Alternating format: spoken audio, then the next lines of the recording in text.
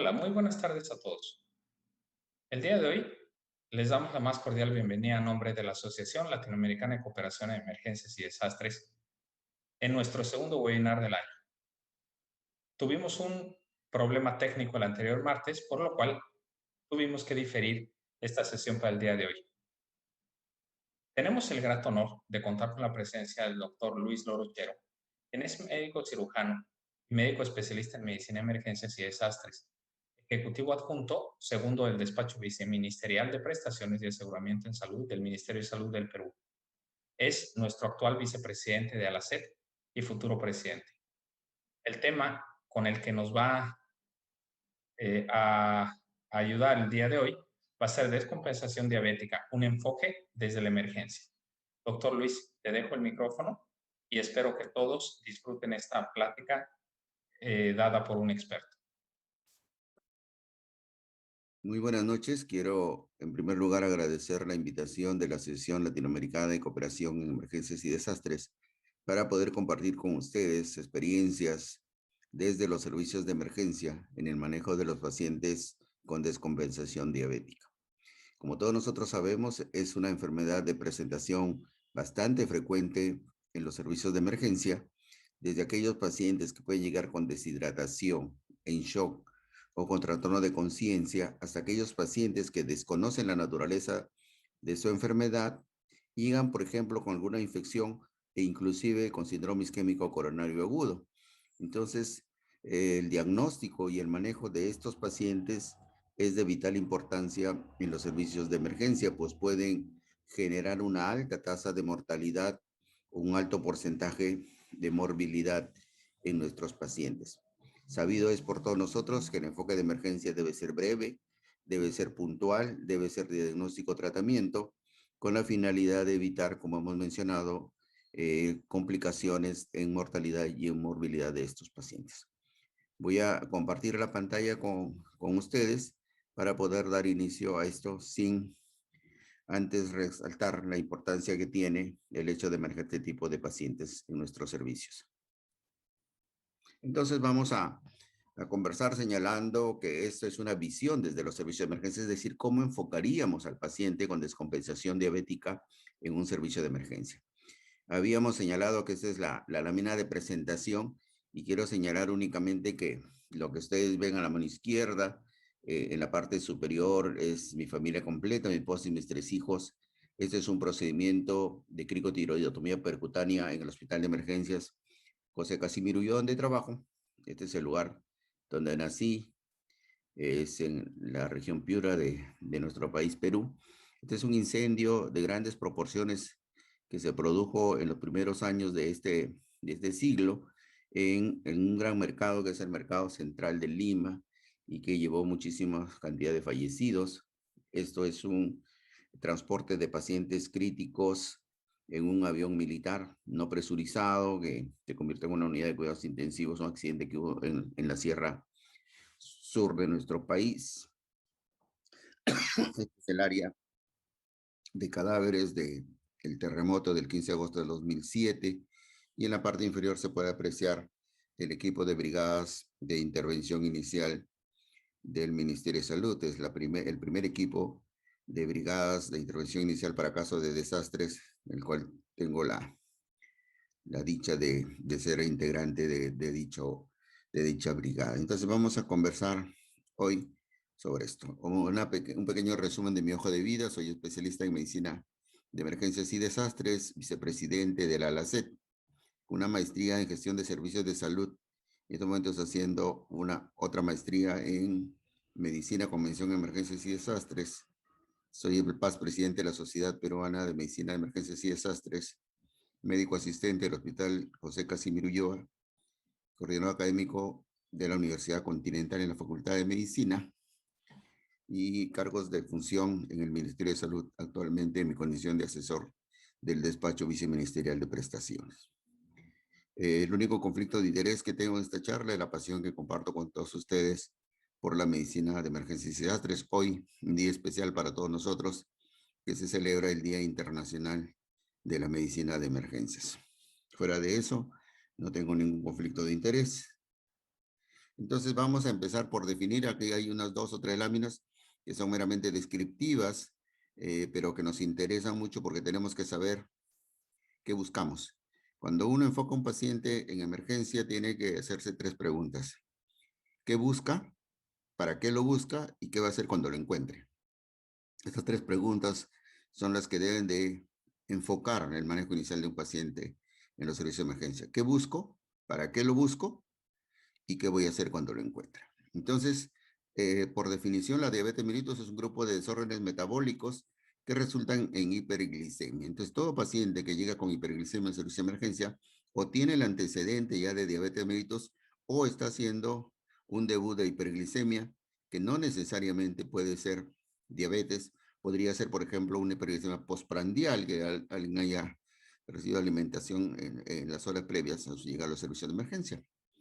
Y esto es importantísimo, diferenciar el diagnóstico por el cual viene el paciente.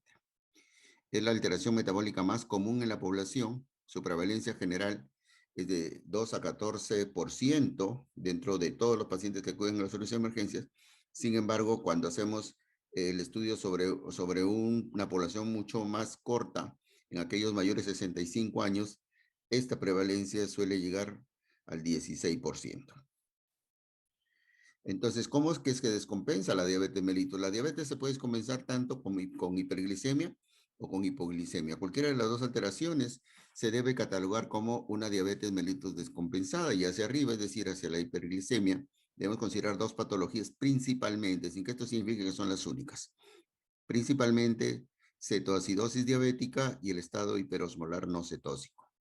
Y para el lado de abajo, cuando tenemos un paciente con antecedente de diabetes mellitus con hipoglicemia en ese momento, eh, es donde debemos de quizá tomarle mayor interés, pues la hipoglicemia suele llevar a alteraciones neurológicas mucho más severas y de mucho mayor importancia que quizá las otras alteraciones que vemos líneas arriba. Entonces, volvamos a definir una cetoacidosis diabética. La cetoacidosis diabética, por definición, es una complicación de la diabetes mellitus, originada por un déficit de insulina. Es decir, la insulina no está presente en estos pacientes, que conduce a una situación de hiperglicemia y de acidosis. Es decir, deben haber las dos situaciones, hiperglicemia y acidosis. Y esto nos va dando una idea de cuáles deberían ser los análisis de laboratorio o los análisis de diagnóstica que debemos solicitar, teniendo en cuenta que el tiempo debe ser abreviado, por lo tanto no deberíamos solicitar una batería de análisis como como se suele decir, porque incrementamos el tiempo en el cual nosotros podemos diferenciar los diagnósticos por los cuales vienen nuestros pacientes. Y esta situación de hiperglicemia y acidosis está derivada del incremento de la oxigenación de ácidos grasos libres que van hacia cuerpos cetónicos en su metabolismo. En cuanto a la etiología de la cetoacidosis diabética, tenemos como punto 1 el déficit absoluto de insulina. Puede ser déficit absoluto de insulina por suspensión del tratamiento, porque alguien se olvidó de eso, se aburrió de colocarse todos los días la insulina, o hay disminución de la dosis por problemas renales, por problemas de otras patologías adicionales. Puede haber también un aumento relativo de las necesidades de insulina. Por ejemplo, en situaciones de estrés metabólico como las infecciones, el trauma múltiple, el infarto o el miocardio u otras patologías. Y una característica que puede diferenciar a la cetoacidosis diabética del síndrome hiperosmolar no cetósico es que suele ser la cetoacidosis la forma primera de presentación de la diabetes tipo 1 o insulino dependiente. En cuanto a la patogénesis de la cetoacidosis diabética, habíamos mencionado que pueden existir 2 circunstancias: deficiencia absoluta de insulina o aumento de las hormonas contrarreguladoras. Entonces estamos viendo cómo es que se produce todo el cuadro clínico de una cetoacidosis diabética: por deficiencia absoluta de insulina o por aumento de las hormonas contrarreguladoras. Cualquiera de estas 2 circunstancias hace que aumente las enzimas gluconeogénicas o aumento de las hormonas lipasosensitivas.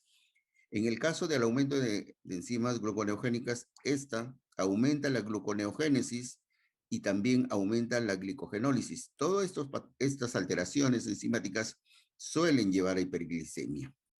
Esta hiperglicemia, por supuesto, genera diuresis osmótica y esta diuresis osmótica finalmente va a ocasionar anormalidades electrolíticas y deshidratación. Por el otro lado, al momento de que hay aumento de la hormona lipasa sensitiva, esto produce aumento de la cetogénesis, aumento de ácidos grasos libres en el hígado. Estas dos alteraciones te llevan a acidosis. Por lo tanto, por causal de deficiencia absoluta de insulina o aumento de hormonas contrarreguladoras, se produce hiperglicemia y acidosis. Esta es la referencia bibliográfica para que la puedan revisar. Por otro lado, tenemos el síndrome hiperosmolar. El síndrome hiperosmolar no cetósico, que es una complicación también originada por un déficit relativo de insulina, que conduce ya a tanto a hiperglicemia como a diuresis osmótica y deshidratación. Ya no aparece el término acidosis. Y fíjense que en el otro lado, en cetoacidosis, el factor diferencial era que existía acidosis metabólica. En el síndrome hiperosmolar no cetósico, lo que lo diferencia y lo que lo clarifica es la presencia de la deshidratación. El paciente suele llegar totalmente deshidratado, incluso en situación de shock y en algunos casos con falla renal aguda o crónica reagudizada. La cetoacidosis suele estar ausente en este cuadro debido a que hay un poco de secreción residual de insulina, que aunque inadecuada, inhibe en parte la lipólisis y la cetogénesis, por lo tanto, impide que se produzca cetoacidosis. En cuanto a la etiología, es muy similar. Falta de tratamiento con hipoglicemiantes orales o insulina. Falta de tratamiento con hipoglicemiantes orales o insulina, que nos va dando la idea de cuál podría ser la fisiopatología de esta complicación diabética. Transgresiones dietéticas, ¿no es cierto? Uno dice, estoy tomando mis hipoglicemiantes, mi glucosa está normal, así que no tengo ningún problema en transgredir mis indicaciones en cuanto a dieta. Enfermedades intercurrentes muy similares a la anterior, como infecciones, sobre todo infecciones del tracto urinario, infarto de miocardio, enfermedad vascular cerebral, etc. El uso de algunos fármacos sin tener en cuenta las interacciones que pueden existir entre ellos, como los corticoides, los diuréticos de la familia de las tiazidas, agonistas adrenérgicos o el mismo estrés. En cuanto a la patogénesis del síndrome hiperosmolar no cetósico, igual tenemos aquí, hay deficiencia relativa de insulina y un aumento de las hormonas contrarreguladoras. El sistema parece ser el mismo, aumentan las enzimas gluconeogénicas, ¿no es cierto? Aumentan estas enzimas, hace que aumente la gluconeogénesis, aumenta la glicogenólisis y disminuye la utilización de glucosa. Por lo tanto, al aumentar la producción y disminuir el consumo de glucosa, lo que va a provocar finalmente es una hiperglicemia. Esta hiperglicemia produce diuresis osmótica, alteraciones electrolíticas y deshidratación severa. Esta deshidratación, que es a predominio de agua sobre electrolitos, va a generar finalmente hiperosmolaridad, que es la diferencia entre la cetoacidosis y el síndrome hiperosmolar, y de ahí el nombre que tiene. Este aumento de la hormona lipasa sensitiva produce mínima cetogénesis, por lo tanto, al momento de hacer exámenes de diagnóstico, no aparece la cetoacidosis o puede aparecer en cantidades mínimas, muy mínimas, que no se toman en consideración para el manejo específico de esta alteración. En cuanto al cuadro clínico, aquí tenemos ya el cuadro clínico de ambas formas de descompensación diabética en hiperglicemia. Entonces tenemos aquí la cetoacidosis, signos, síntomas y presentación. En cuanto a la cetoacidosis, en los síntomas se puede presentar polidipsia, poliuria, debilidad, pérdida de peso, náuseas, vómitos y dolor abdominal. En signos se encuentra hipotermia, el paciente tiene a disminuir la temperatura corporal, taquicardia porque hay ciertos grados de deshidratación, taquimia, la respiración de Kussmaul, casi patognomónica de la cetoacidosis, puede haber hilio por alteraciones electrolíticas, aliento a manzanas, que es el aliento cetónico, y conforme va avanzando la descompensación diabética puede presentarse sensorio alterado. Y aquí hay necesidad de recordar que el sensorio alterado no va solamente para disminución del estado de alerta, también puede haber agitación, ansiedad, que podría ser un signo inicial de las alteraciones del sensorio. Suele ser de presentación súbita en horas o días y es más común, como habíamos mencionado, en los diabéticos de tipo 1. En cambio, en el síndrome hiperosmolar el cuadro clínico parece ser muy similar. Polidipsia, poliuria, debilidad y pérdida de peso. En los signos hipotermia, hipotensión, recuerden que una de las características que suele diferenciar a estos pacientes es la deshidratación, por lo tanto puede haber hipotensión arterial, hay taquicardia secundaria a esa deshidratación y por supuesto también sensorio alterado, más por alteraciones electrolíticas. El inicio suele ser insidioso en días a semanas, se presenta en edades más avanzadas. Nosotros decimos que los pacientes mayores de 60 o 65 años suelen presentarse en hiperosmolar, en cambio las personas jóvenes suelen presentarse en cetosis diabética. Quizás eso nos ayude a diferenciarlo inicialmente en los servicios de emergencia y es de mayor presentación en los diabéticos de tipo 2. La referencia bibliográfica la pueden observar ustedes abajo. En cuanto a los criterios diagnósticos, aquí tenemos, según esta clasificación publicada en Diabetes Care 2009, la cetoacidosis ya clasificada en 3 niveles: leve, moderado y severo, ¿no es cierto? Dependiendo de los criterios de laboratorio: glucosa sérica, pH arterial, bicarbonato sérico, cetonas en orina o suero, hidroxibutirato en orina o suero, osmolaridad sérica, anion gap y el estado mental. Fíjense que en la cetoacidosis, por ejemplo, en el grado leve, el estado mental suele estar alerta y se va deteriorando poco a poco hasta que en el grado severo puede haber estupor e incluso llegar al coma. La presencia de cetonas es bastante manifiesto, son cuerpos cetónicos positivos en los 3 niveles de la cetoacidosis. Los niveles de bicarbonato van disminuyendo conforme va avanzando la gravedad de la descompensación diabética, lo mismo que el pH. En el caso de leve es de 7.25 a 7.30 y en el caso de severa es menos de 7. La glucosa, los niveles de glucosa sérica suelen estar por encima de los 250 miligramos por decilitro y el anion gap también va incrementándose conforme se va presentando la gravedad de la diabetes mellitus. En cambio, en el hiperosmolar ya existen algunas diferencias. Por ejemplo, en los niveles de glucosa sérica, mientras en cetoacidosis es mayor a 150, el hiperosmolar suele dar niveles muy altos, por encima de 600 miligramos por decilitro de glucosa sérica. El pH suele mantenerse por encima de los 730. El bicarbonato sérico igual por encima de 18. No hay presencia de acidosis, repito, o puede haber una acidosis leve. Cuerpos cetónicos en orina o en sangre o están ausentes o están en niveles mínimos. El hidroxibutirato también está en valores mínimos.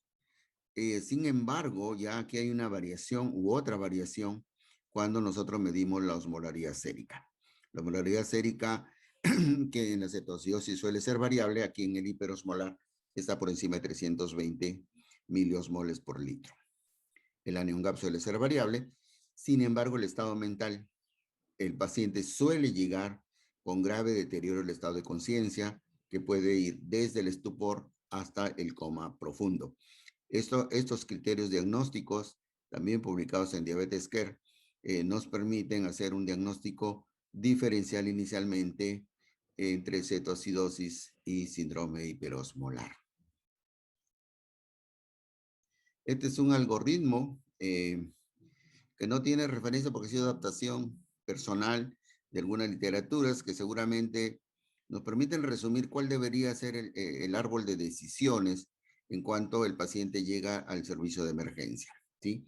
Respecto a esto, seguramente habemos aquí en sala muchos colegas con experiencia mucho mayor que la mía y me gustaría recibir algunas sugerencias u observaciones. El paciente llega al servicio de emergencia, paciente diabético en emergencia, y lo primero que hacemos, sobre todo si tiene trastorno del sensorio, es tomarle un hemoglucotest Este hemoglucotest tarda no más allá de 30 segundos en pulpejo de dedo. Este hemoglucotest nos va a dar dos alteraciones fundamentalmente, o está bajo o está alto. El hemoglucoteno va a decir esto, low o high, uno de los dos. Y si está bajo, eso es diagnóstico de hipoglicemia, que vamos a ver más adelante, y tenemos que tratarla de inmediato. La hipoglicemia hay que tratarla de inmediato. Una vez que lo diagnostican, hay que darle tratamiento porque no sabemos cuánto es el tiempo en el cual está haciendo hipoglicemia y cuánto de deterioro neurológico podría tener este paciente. Si el hemoglucotest te da valores de glucosa alto, entonces lo segundo, hacemos diagnóstico de hiperglicemia y solicitamos gases arteriales. Y aquí también debemos de tomar en cuenta que pueden ser gases arteriales o venosos, no hay mucha variación, salvo en shock severo o en shock grave o en shock refractario, que puede haber alguna variación entre análisis de gases arteriales y los análisis de gases en sangre venosa. ¿Para qué? Para buscar acidosis. Habíamos dicho qué busco, para qué lo busco y qué voy a hacer cuando lo encuentre. Solicito gases arteriales para buscar acidosis. Y otro punto que tenemos que tener aquí, los gases arteriales se toman, se analizan y se evalúan en el mismo momento que son tomados. Obtener el resultado de gases arteriales no debe tardar más allá de los 3 o 5 minutos. Idealmente debería haber una máquina de gases en todos los servicios de shock trauma de los hospitales o en las unidades de reanimación de los hospitales que nos permitan obtener resultados de inmediato, porque estamos buscando acidosis. Entonces, si estamos buscando acidosis, tenemos dos posibilidades. O sí encontramos acidosis o no encontramos acidosis. Si encontramos que el pH está bajo y el bicarbonato está bajo, por lo tanto tenemos acidosis, sí solicitamos cuerpos cetónicos. Cuerpos cetónicos mediante tira reactiva en orina o cuerpos cetónicos medidos en sangre, cualquiera de ellos. Entonces, buscamos cuerpos cetónicos. Si no encontramos cuerpos cetónicos, entonces no se trata de una cetoacidosis diabética y podría ser una acidosis láctica. Si encontramos cuerpos cetónicos presentes en sangre u orina, hacemos el diagnóstico de cetoacidosis. Por el otro lado, si no hay acidosis en los gases arteriales, el siguiente paso es solicitar electrolitos. Solicitamos electrolitos con la finalidad de ver la osmolaridad sérica. La osmolaridad sérica. Entonces, muy pocas veces yo soy amigo de solicitar gases y electrolitos como si fuesen una unidad o como si fuesen siamesis. Cada uno de ellos tiene sus propias indicaciones y no necesariamente tienen que ir juntos, salvo en diabetes. Si nosotros solicitamos osmolaridad sérica, vamos a tener que, podría ser una osmolaridad sérica normal, es decir, no tiene acidosis y su osmolaridad sérica está normal. Busquen otra patología, de repente es una postprandial. No tiene acidosis, pero sí tiene osmolaridad sérica alta, entonces hacen diagnóstico de síndrome hiperosmolar. Entonces, fíjense que para llegar al diagnóstico diferencial entre cetoacidosis diabética y síndrome hiperosmolar, necesitamos 3 análisis de laboratorio. Glucosa sérica o en pulpejo de dedo, mediante hemoglucotest, gases arteriales y electrolitos. Esos son los 3 exámenes que nosotros debemos de solicitar al momento que enfrentamos un paciente en la unidad de shock trauma o en la unidad de reanimación, sea cual fuera la denominación que tienen en sus servicios de emergencia. Glucosa, gases arteriales y electrolitos. Exámenes auxiliares entonces, glicemia mediante tira reactiva para glucosuria y cetonuria, gases arteriales y electrolitos. Ya después del tiempo podemos usar glucosa, urea, creatinina, hemograma completo, perfil de coagulación, examen de orina, electrocardiograma, radiografía del tórax para hacer el diagnóstico diferencial. Pero inicialmente, repito, 3 exámenes: glucosa, análisis de gases arteriales y electrolitos.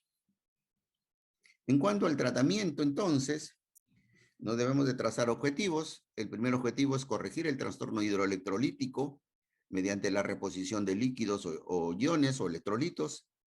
Sin esa medida, la insulina no podrá perfundir bien a los tejidos. Entonces, ¿qué nos dice este objetivo inicial? Que primero debemos de corregir el trastorno hidroelectrolítico. No es la indicación empezar con insulina. Si nosotros tenemos un paciente en shock, lo más probable es ese paciente en shock, que está en acidosis propia de la enfermedad o por el mismo shock, por ejemplo, por incremento del ácido láctico, la insulina probablemente no tenga el mismo efecto que si este paciente estuviese compensado. Entonces, el primer objetivo del tratamiento debe ser corregir el trastorno hidroelectrolítico mediante la reposición de líquidos. Sin esta medida, recordemos, la insulina no podrá perfundir bien a los tejidos. Corregir el trastorno metabólico, es decir, corregir la hiperglicemia después de haber corregido el trastorno hidroelectrolítico. Corregir el trastorno metabólico mediante la reposición de insulina.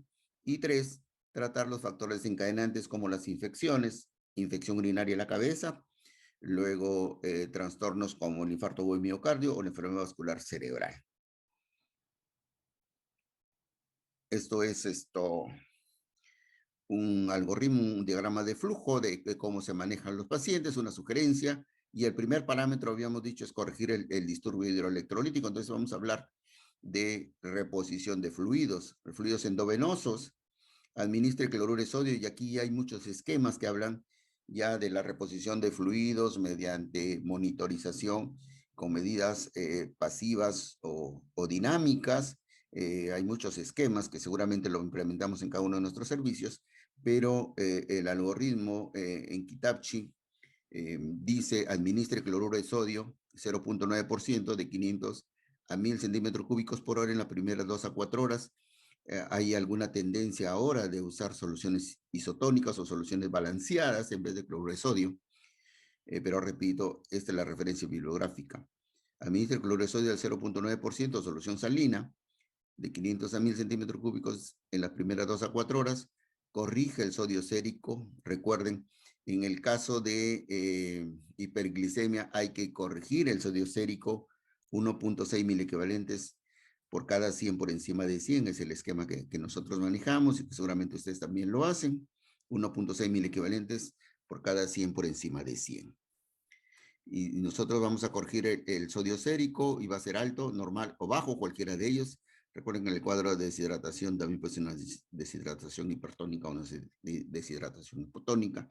Corregimos el sodio sérico. Si el sodio sérico es alto o normal, administramos cloruro de sodio. Después de haber administrado un bolo, administramos cloruro de sodio a medio normal, 0.45%. De 250 a 500, aquí hay un pequeño error, de 250 a 500 centímetros cúbicos por hora, dependiendo del estado de hidratación. Y si el sodio sale bajo, continuamos con tratamiento mediante cloruro de sodio al 0.9%, dependiendo ya, después de haber administrado un bolo de fluido. Recuerden que si el paciente llega en shock, inicialmente todos los tipos de shock responden a un bolo inicial de fluidos, sea cualquiera fuera la naturaleza de esta. Cuando la glucosa sérica alcance los 200 miligramos por decilitro, algunos lo hacen en 250, nosotros lo solíamos hacer en 250. Cuando la glucosa sérica alcance los 200 miligramos por decilitro, tanto en cetoacidosis diabética, este algoritmo para ambas patologías, como en síndrome hiperosmolar no cetósico, se debe cambiar a dextrosa al 5% y mantenerlo a una velocidad de infusión que va entre 150 a 250 centímetros cúbicos por hora.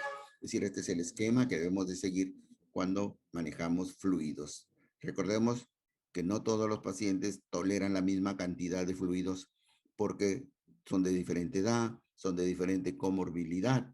Entonces, cada paciente es un paciente particular, y eso también debemos propender cuando nosotros hacemos. Es decir, que no hay un libreto para que a todos los pacientes le vamos a poner el mismo esquema, ¿no? Debe ser un análisis individualizado de las circunstancias en las cuales recibimos a nuestros pacientes. El uso de bicarbonato, que ha sido motivo de muchos análisis durante todo este último tiempo. Muchos de nosotros quizá ya no utilizan bicarbonato, pero en esta literatura dice bicarbonato, mide el pH, ya lo tenemos medido, recuerden, porque uno de los exámenes que solicitamos es un análisis de gases arteriales, medimos el pH. Si el pH es mayor o igual a 6.9, no se debe administrar bicarbonato de sodio. Recordemos que si le hacemos el seguimiento puede incrementar daño a nivel de la irrigación cerebral.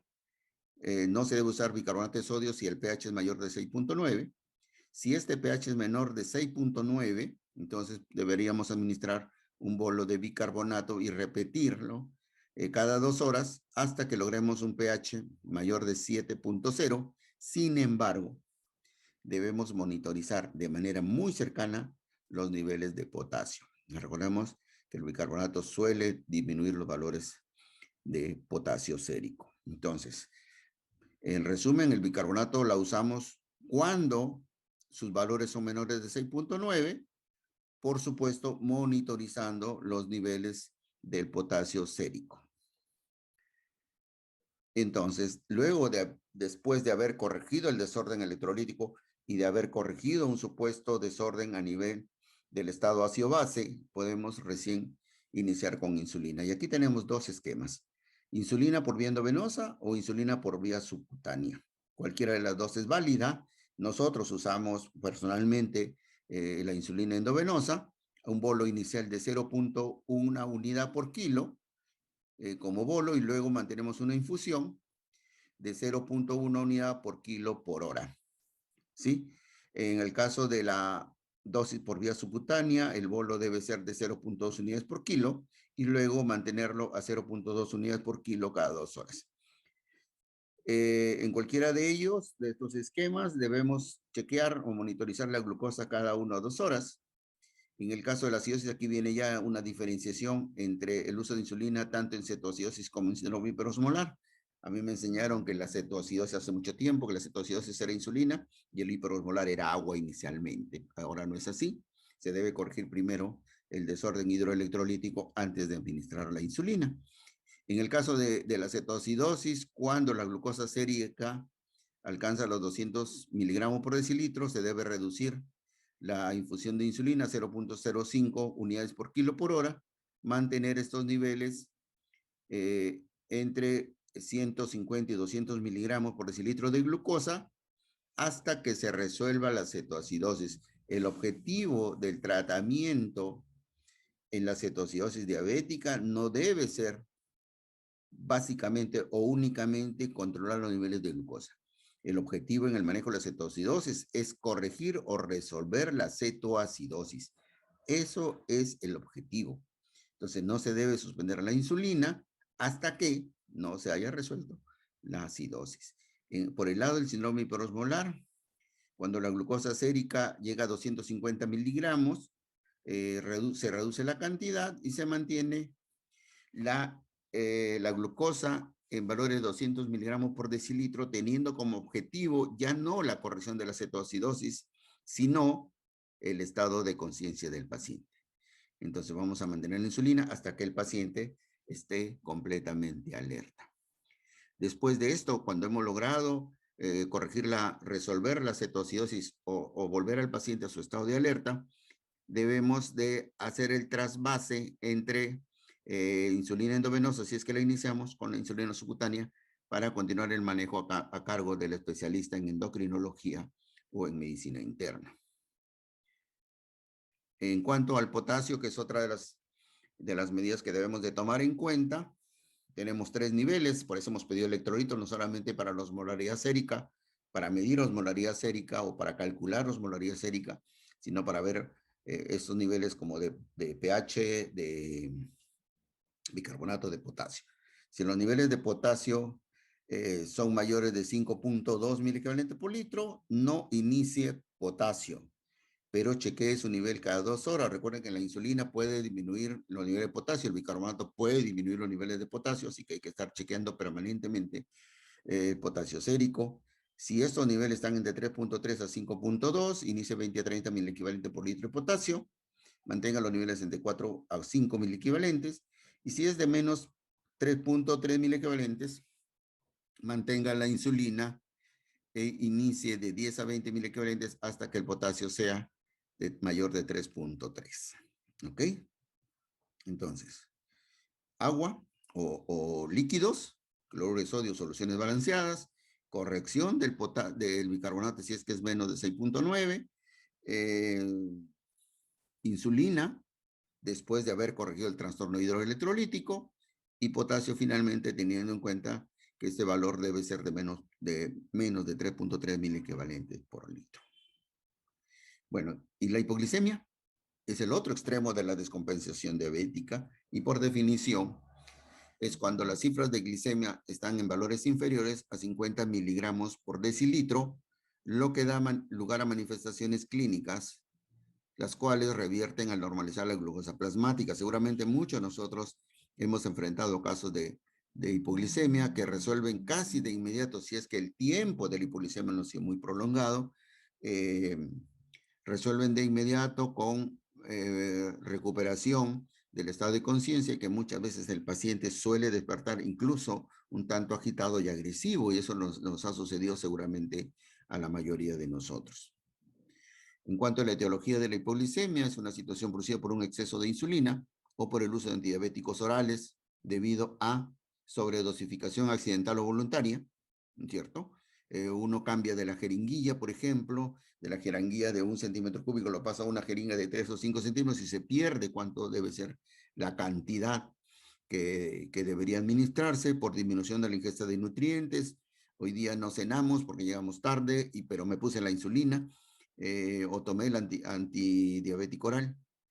Aumento de los requerimientos metabólicos, ¿sí? Le pusimos la misma cantidad de insulina, pero los requerimientos eran mayores. Y, por supuesto, disminución en la eliminación de la medicación hipoglicemiante, por ejemplo, en el paciente con insuficiencia renal, en el cual el metabolismo de los medicamentos está disminuido y se acumulan, esto y puede producir hipoglicemia de manera más prolongada, más paulatina. En cuanto al cuadro clínico, existen síntomas adrenérgicos y síntomas neurológicos. Dentro de los primeros tenemos temblor, ansiedad, nerviosismo, hambre, esa sensación de hambre, sudoración, taquicardia, palpitaciones, debilidad generalizada. Y dentro de los síntomas neurológicos, cefalea, visión borrosa, visión doble, afasia, disartria, confusión, agresividad, somnolencia, hipotonía, convulsiones e incluso coma. La mayoría de pacientes llegan en coma a los servicios de emergencia y muchas veces nos dicen, es paciente diabético y uno puede pensar que está en hiperosmolar o en cetoacidosis. Recuerden que lo primero que tenemos que hacer en el paciente diabético es tomarle un hemoglucotest para saber si el valor está alto o está bajo. Puede ser que esté normal y que sea un cuadro, por ejemplo, de una enfermedad vascular cerebral y nos podemos confundir y podemos dedicarnos a buscar descompensación diabética cuando podría ser otra patología con la misma complicaciones, con la misma gravedad que la descompensación diabética. En cuanto al manejo, hay que canalizar una vía venosa periférica sobre todo. Recordemos que lo mejor para administrar fluidos o medicamentos es la vía venosa periférica. Administrar glucosa de 25 a 50 gramos endovenoso, repetir en 5 minutos si no hay recuperación. Si persisten las alteraciones neurológicas tras 30 o 60 minutos, busquen otra causa. Le estamos administrando ya 6, 8, 10, 12, 14 ampollas de dextrosa al 33%, que es lo que tenemos, o dextrosa al 50%, como tienen algunos, y no mejora el paciente o el daño ha sido prolongado con ya daño neurológico irreversible, o se trata de otra patología, no necesariamente hipoglicemia. En algunos casos se puede administrar glucagon. Nosotros no tenemos aquí en Perú ese medicamento. Y entonces, en resumen, el paciente diabético es un paciente especial, un paciente que amerita diagnóstico y tratamiento de inmediato y que puede estar al momento de tomarle una glicemia en el servicio de shock trauma con niveles altos de glucosa o con niveles bajos. Si es un nivel bajo, recuerden, el manejo es de inmediato, es de hipoglicemia que puede generar daño cerebral irreversible. Y por el otro lado, lo primero que vamos a hacer cuando encontremos glucosa alta es pedir gases arteriales para buscar acidosis, es decir, si tiene, no tiene, si no tiene, solicitemos electrolito para medir osmolaridad sérica, es decir, osmolaridad sérica normal, osmolaridad sérica elevada, y de esa manera vamos a llegar por lo menos al diagnóstico sindrómico de hipoglicemia, cetoacidosis diabética y síndrome hiperosmolar. Yo les agradezco mucho la paciencia y ahora espero las interrogantes que todos ustedes tengan a bien hacernos. Muchísimas gracias, doctor Luis. Un tema fantástico, de verdad. Dejamos la ronda de preguntas para responderse vía electrónica en el enlace que les vamos a dejar después. Tengo el honor de presentar ahora a la doctora Jessica Bravo Gutiérrez, quien es especialista en medicina de emergencias y especialista en medicina crítica.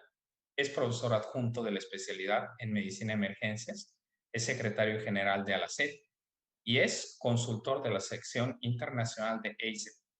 Ella nos va a deleitar con el tema consecuencias de la sobrecarga hídrica.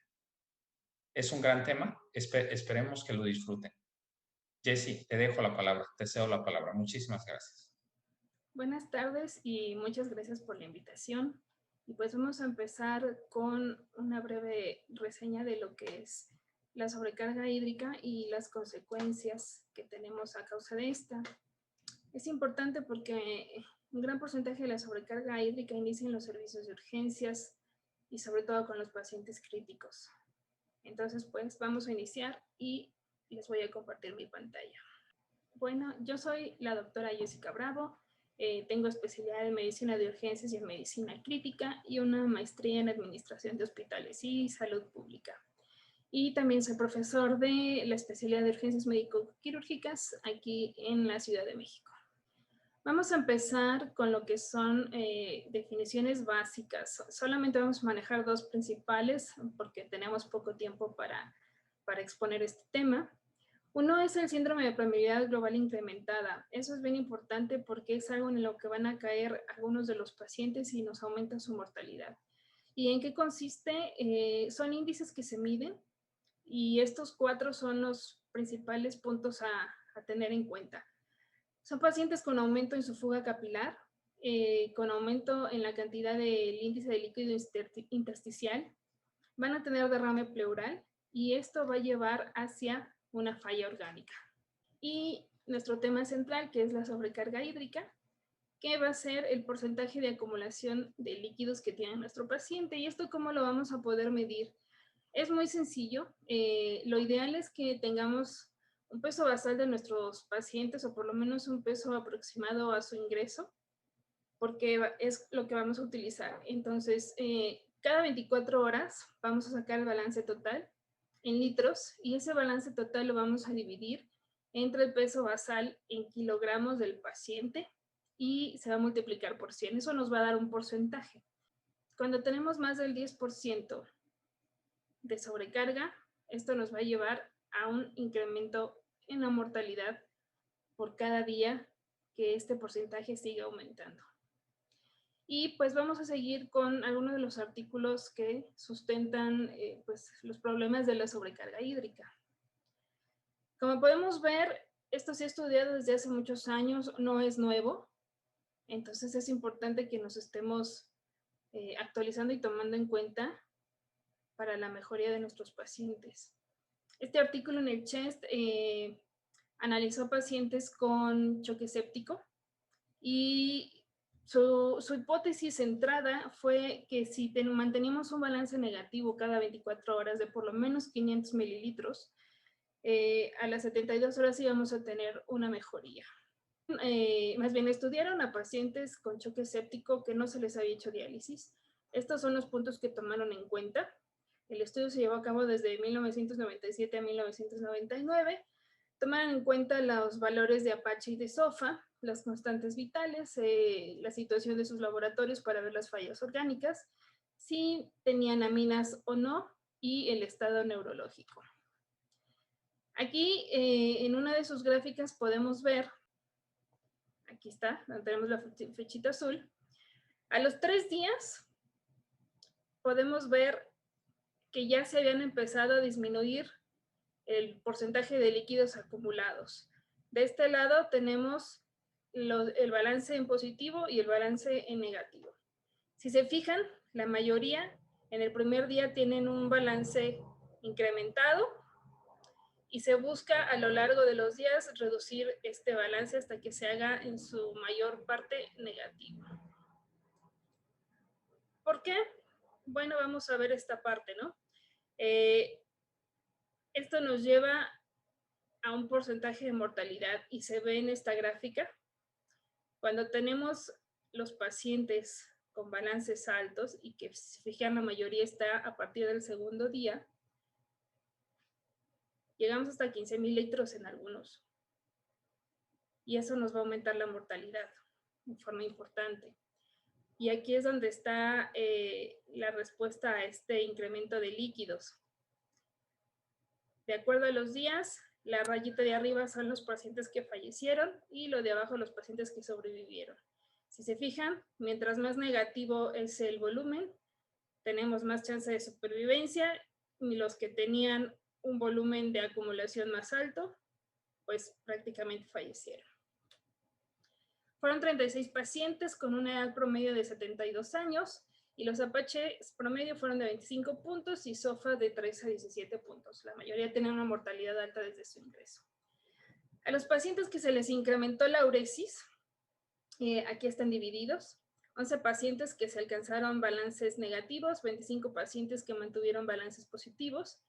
De los que alcanzaron balances negativos, 3 pacientes tuvieron mejoría en 48 horas y 8 pacientes a las 24 horas. De los que mantuvieron los balances positivos, solo 5 pacientes sobrevivieron. Nos cambiamos a otro estudio multicéntrico, pero este se centra en pacientes quemados. La reanimación hídrica del paciente quemado pues, es la piedra angular para su supervivencia y para resguardar la función orgánica. Todos conocemos la famosísima fórmula de Parkland, formulada hace más de 40 años. Tenemos otra fórmula de Baxter and Shires. Nos recomiendan la administración de líquidos de 3.7 a 4.3 mililitros por kilogramos por superficie corporal quemada. Se hizo este estudio multicéntrico donde se encontró que el 58% reciben sobre reanimación. Y tenemos dos vertientes, aquellos pacientes que reciben una reanimación pobre y los que reciben una sobrereanimación. Y de las dos partes tenemos consecuencias negativas. Un paciente con reanimación pobre va a llevar hacia la hipoperfusión, eventualmente va a llevar a la falla renal y se aumenta la profundidad del estado de choque. Un paciente sobrereanimado, tenemos el riesgo muy alto de desarrollar síndromes comportamentales, empezando por la hipertensión intraabdominal. Tenemos el desarrollo de SIRA, con esto una mayor dependencia a la asistencia mecánica ventilatoria y un aumento en su mortalidad. Estos pacientes sobrereanimados, en su análisis se obtuvieron 3 factores de riesgos principales para pues, caer en este punto de sobrereanimación.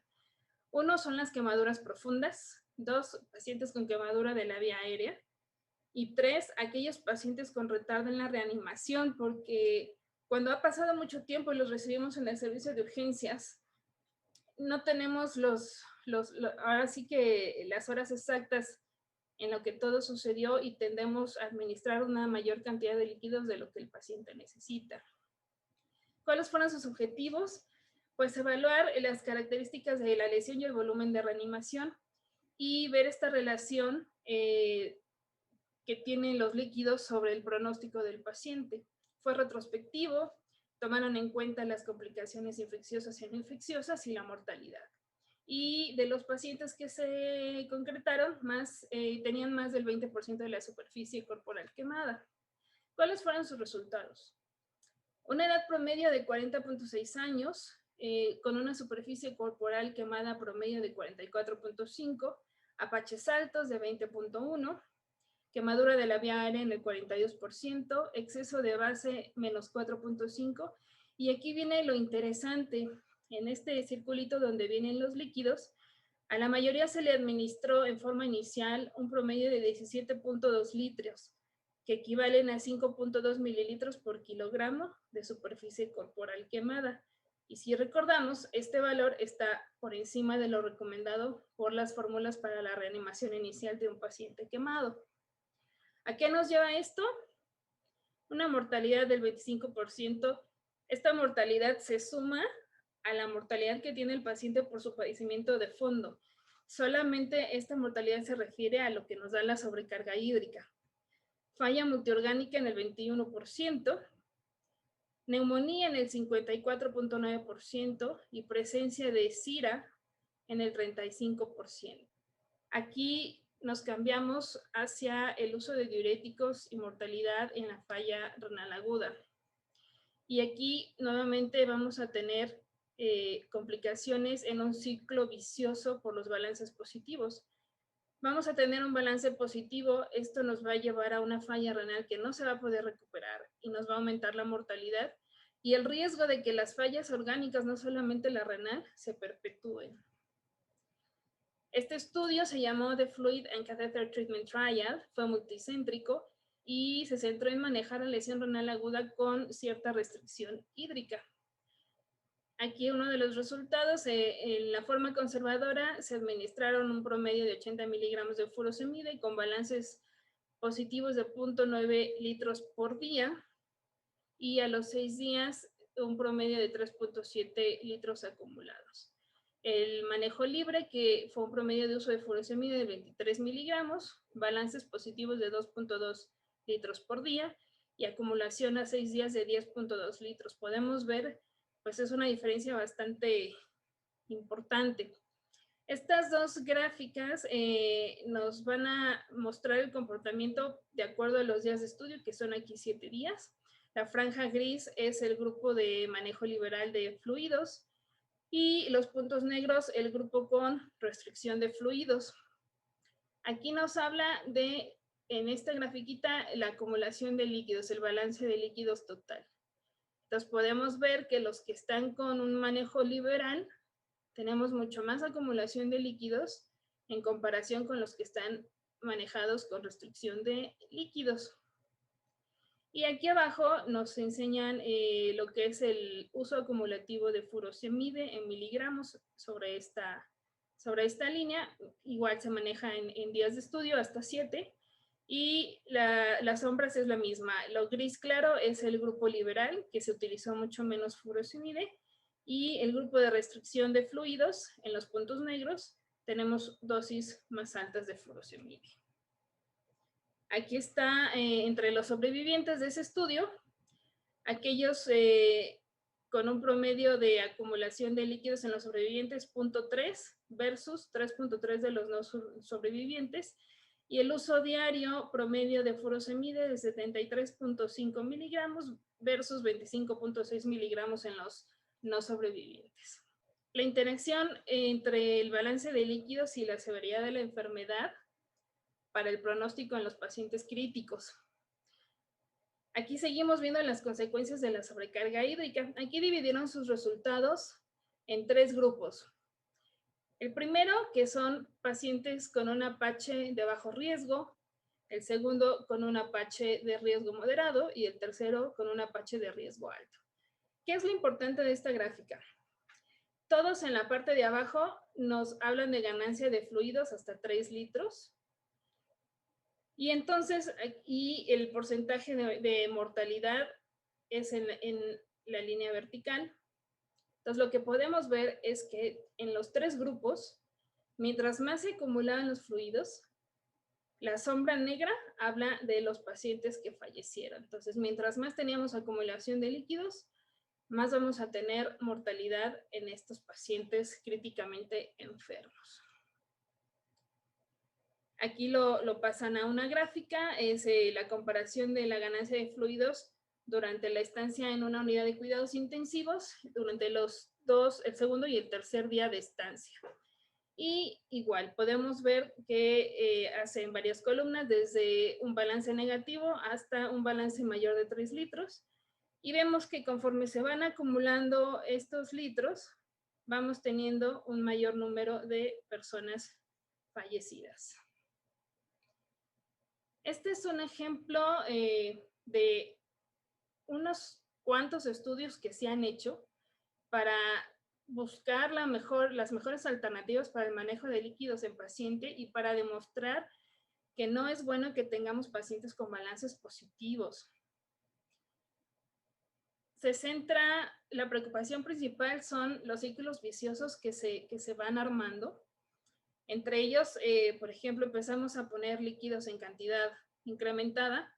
¿Y a qué nos va a llevar a esto? Vamos a tener una hipertensión intraabdominal incrementada.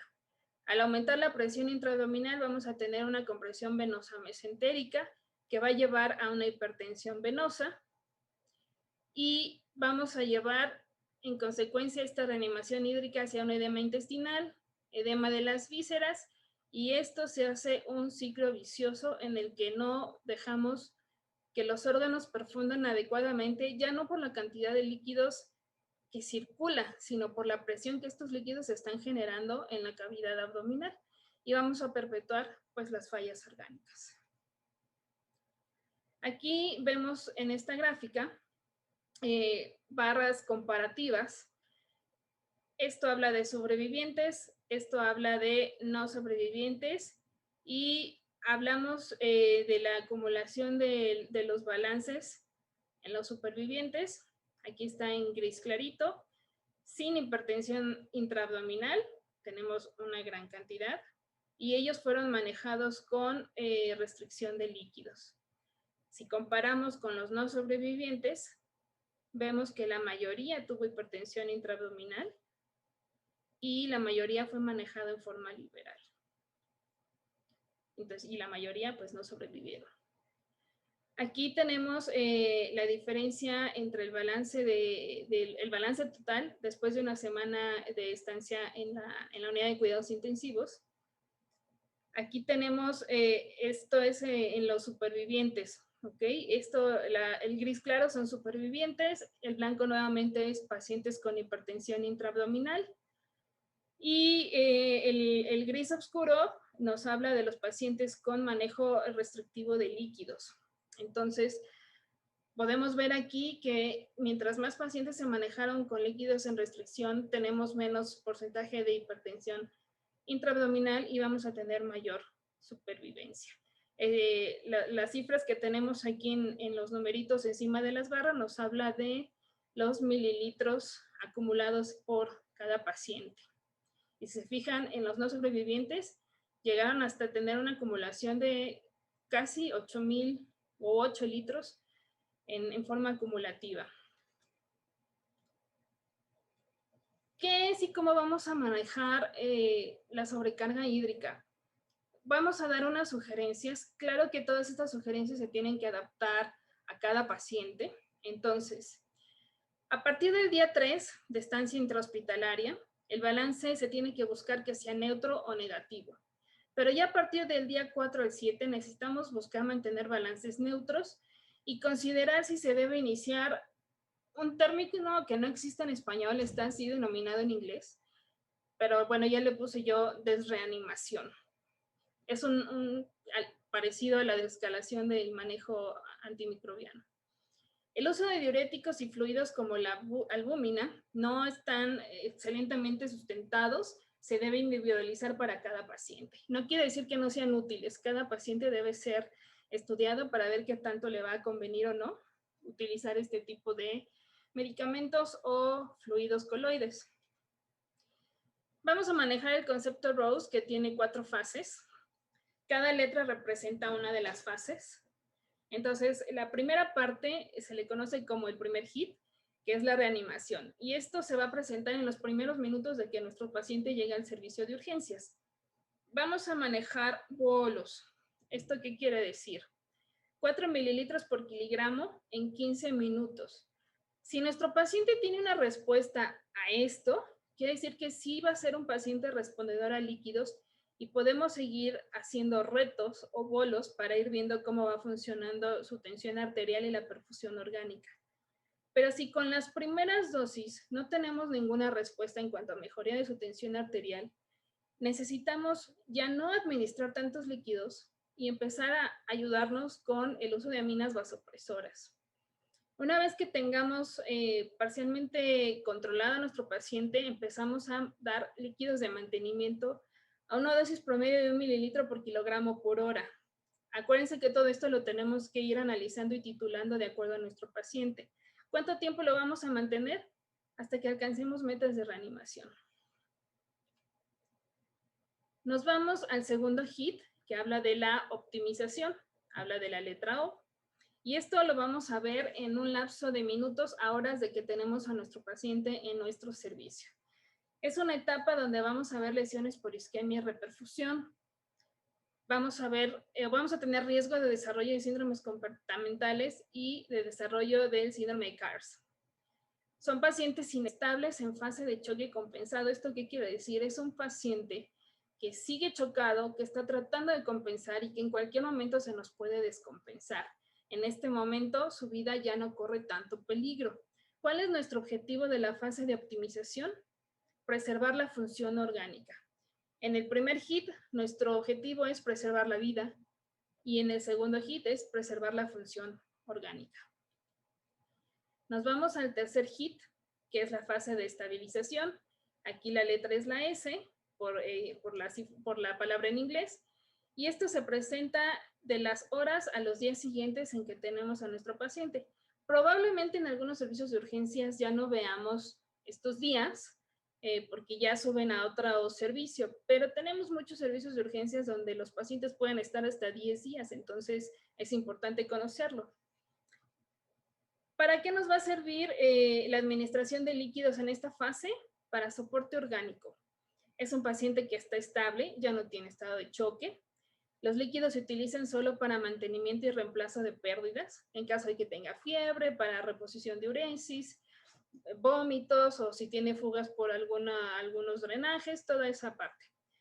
¿Qué tenemos que vigilar? Preferentemente el control de peso en los pacientes. Si tenemos las camas automáticas que pesan a los pacientes, sería genial. Si está en condiciones de levantarse, pues tendríamos que estarlo pesando todos los días.